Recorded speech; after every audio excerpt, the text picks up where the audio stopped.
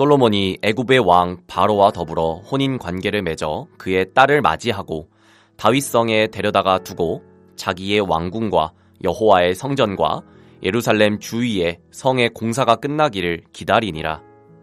그때까지 여호와의 이름을 위하여 성전을 아직 건축하지 아니하였으므로 백성들이 산당에서 제사하며 솔로몬이 여호와를 사랑하고 그의 아버지 다윗의 법도를 행하였으나 산당에서 제사하며 분향하더라. 이에 왕이 제사하러 기브온으로 가니 거기는 산당이 큼이라. 솔로몬이 그 제단에 1000번제를 드렸더니 기브온에서 밤에 여호와께서 솔로몬의 꿈에 나타나시니라. 하나님이 이르시되 내가 내게 무엇을 줄꼬 너는 구하라. 솔로몬이 이르되 주의 종 내 아버지 다윗이 성실과 공의와 정직한 마음으로 주와 함께 주 앞에서 행함으로 주께서 그에게 큰 은혜를 베푸셨고 주께서 또 그를 위하여 이 큰 은혜를 항상 주사 오늘과 같이 그의 자리에 앉을 아들을 그에게 주셨나이다. 나의 하나님 여호와여, 주께서 종으로 종의 아버지 다윗을 대신하여 왕이 되게 하셨사오나 종은 작은 아이라 출입할 줄을 알지 못하고 주께서 택하신 백성 가운데 있나이다. 그들은 큰 백성이라 수효가 많아서 셀 수 없고 기록할 수도 없사오니 누가 주의 이 많은 백성을 재판할 수 있사오리이까? 드는 마음을 종에게 주사 주의 백성을 재판하여 선악을 분별하게 하옵소서. 솔로몬이 이것을 구하매 그 말씀이 주의 마음에 든지라. 이에 하나님이 그에게 이르시되 내가 이것을 구하도다. 자기를 위하여 장수하기를 구하지 아니하며 부도 구하지 아니하며 자기 원수의 생명을 멸하기도 구하지 아니하고 오직 송사를 듣고 분별하는 지혜를 구하였으니 내가 내 말대로 하여 내게 지혜롭고 총명한 마음을 주노니 내 앞에도 너와 같은 자가 없었거니와 내 뒤에도 너와 같은 자가 일어남이 없으리라. 내가 또 내가 구하지 아니한 부귀와 영광도 내게 주노니 내 평생에 왕들 중에 너와 같은 자가 없을 것이라. 내가 만일 내 아버지 다윗이 행함같이 내 길로 행하며 내 법도와 명령을 지키면 내가 또 내 날을 길게 하리라. 솔로몬이 깨어보니 꿈이더라. 이에 예루살렘에 이르러 여호와의 언약궤 앞에 서서 번제와 감사의 제물을 드리고 모든 신하들을 위하여 잔치하였더라. 한 번은 자동차의 엔진 오일을 교환하러 자동차 수리센터에 갔습니다. 엔진 오일을 교체한 후에 지불을 하려고 하니까 잠시 기다리라고 말씀하시면서 자동차 내부를 진공 청소기로 청소해 주는 것을 보았습니다. 제가 그 모습을 보면서 다른 가게와는 다른 서비스를 받고자 하는 마음에 사람들이 더 많이 오겠구나 라는 생각이 들었습니다. 청소기로 차 내부를 한번 훑어주는 것은 그렇게 많은 시간을 요구하지는 않습니다. 그럼에도 불구하고 이 한 가지 서비스로 인해 사람들은 무슨 생각이 들까요? 이왕에 엔진 오일을 교환하려고 한다면 차라리 여기에 오는 것이 더 좋다는 생각을 할 수밖에 없을 것입니다. 다른 곳이 아닌 이곳으로 와야 할 이유를 이 서비스 때문에 가지게 됩니다.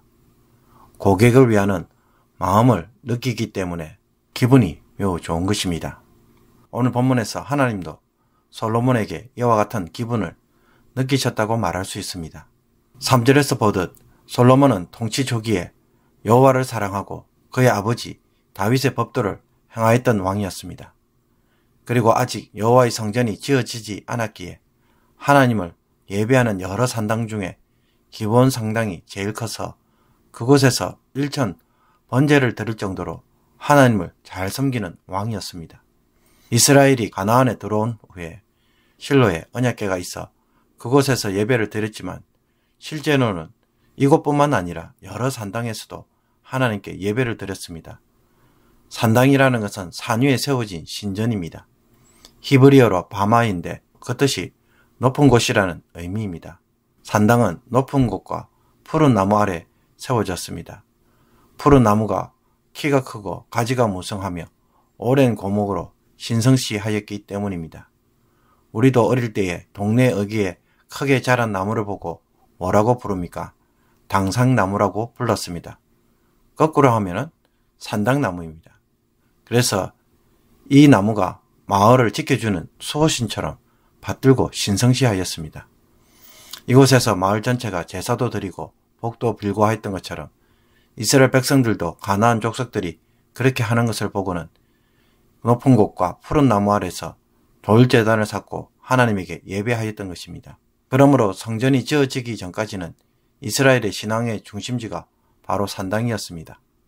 하지만 나중에는 우상 숭배가 만연하자 우상을 숭배하는 장소로 변질되고 근거지가 되어버렸습니다. 이런 점에서 이스라엘 백성들이 하나님을 온전히 섬기려고 한다면 중앙성소, 즉 예루살렘 성전이 반드시 있어야 했습니다. 솔로몬이 이처럼 하나님을 전심으로 섬기는 모습에 하나님은 솔로몬의 꿈에 나타나서 솔로몬에게 한 가지 소원을 말하도록 합니다. 그때 솔로몬이 구한 것이 무엇입니까? 듣는 마음을 종에게 주사 죄 백성을 재판하여 선악을 분별하게 하옵소서 라는 것이었습니다. 여기서 듣는 마음은 하나님과 백성들의 말을 잘 경청하는 것을 말합니다. 솔로몬은 이 듣는 마음이 선악을 분별하는 지혜로 간주합니다. 하나님도 듣는 마음을 지혜롭고 총명한 마음이라고 표현하고 있습니다. 솔로몬이 이것을 구한 이유는 재판을 잘하기 위함이었습니다. 당시의 왕에게 재판은 왕이 해야 할 가장 중요한 일 중에 하나입니다. 정의를 바로 세우는 일이기 때문입니다.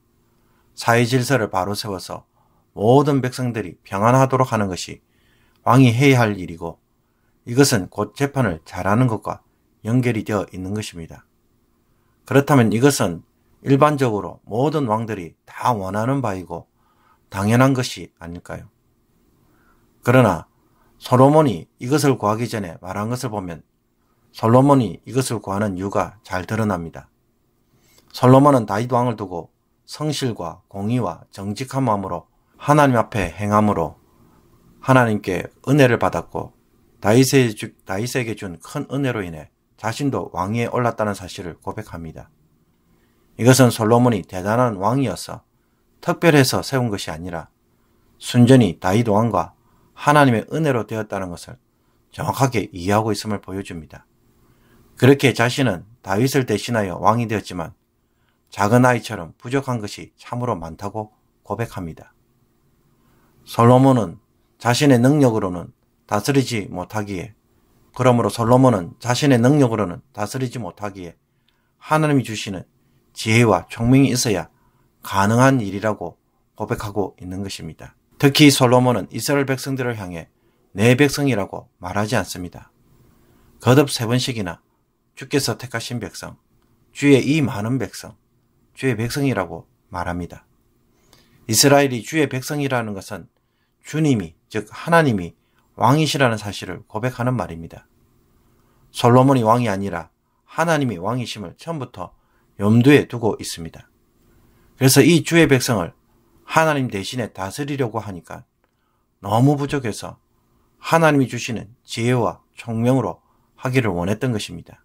이처럼 솔로몬이 하나님으로부터 칭찬을 받은 것은 단지 장수나 부귀를 구하지 않고 지혜를 구했기 때문만이 아닌 것입니다.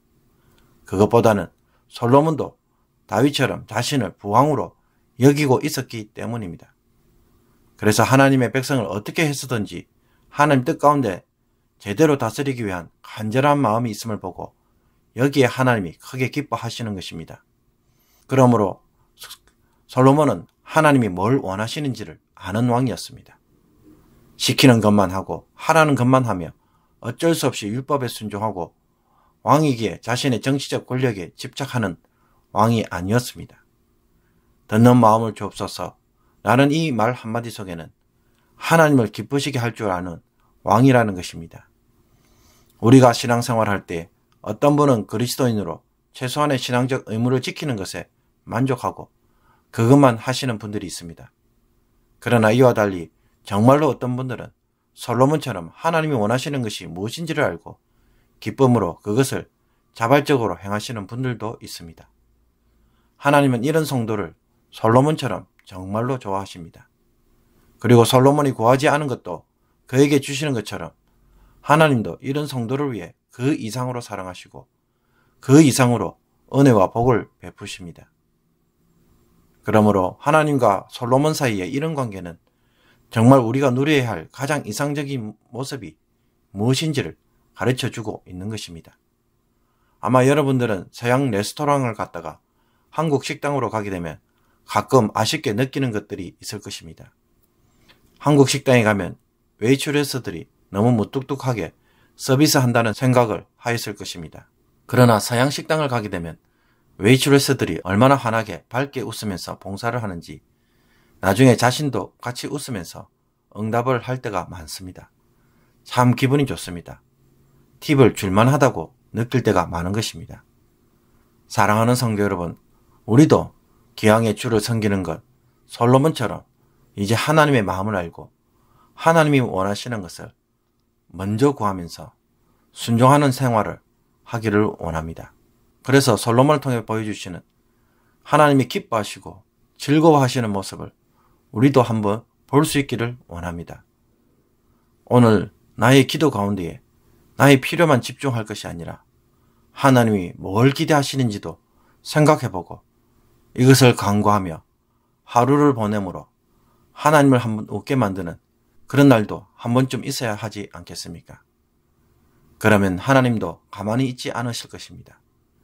나의 기도하는 것보다 더욱 응답하실 하나님, 내가 생각하는 것보다 더욱 크게 이루실 하나님이 여러분의 삶에 꼭 찾아오실 것입니다.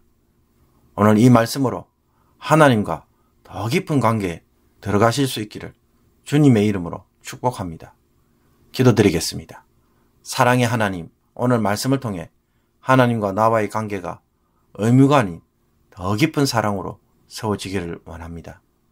이제 하나님이 무엇을 원하시는지 하나님이 나를 통해 하시고자 하는 것들을 알고 그것을 사모하며 그것을 기도하며 그것에 순종하는 성도가 되게 하여 주옵소서.